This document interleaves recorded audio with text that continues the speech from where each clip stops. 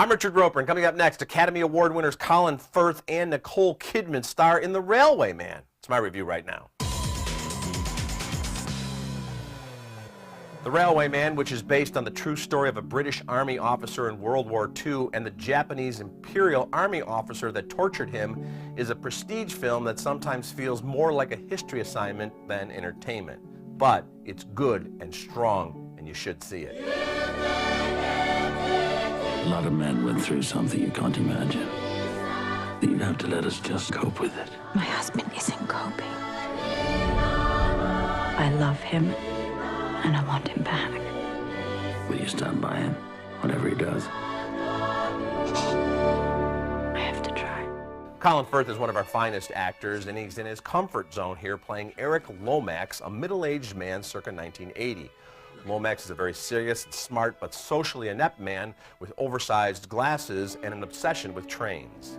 I've never kissed a man with a moustache before. And I don't think I'm going to kiss a man with a moustache again. And if the man removed the moustache? Yes, that would do nicely. For a while, The Railway Man plays like an old-fashioned romance. Nicole Kidman is Patty, a nurse that falls for Lomax.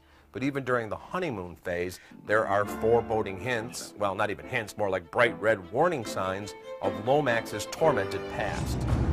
Lomax, my friend, I think we have just witnessed the fall of the British Empire.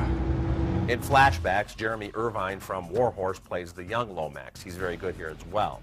We learn Lomax's nightmares come from being captured by the Japanese in Singapore and being forced to work building the Burma-Thailand Railway. You are a soldier, Lomax. You never surrendered. I'm still at war. The older Lomax seems on the verge of surrendering to his post-traumatic stress disorder when he learns his chief tormentor is actually still alive and is actually working as a tour guide at the very prison camp where Lomax was tortured. It has now become a war museum.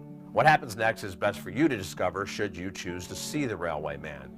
The cinematography here is first-rate as we move from the grays and the browns of 1980s Britain to the vivid yellows and reds of Singapore and the claustrophobic darkness of the torture chamber. I have suffered much, but I know you have suffered too. And you've been everything to me. Sometime the hating has to stop.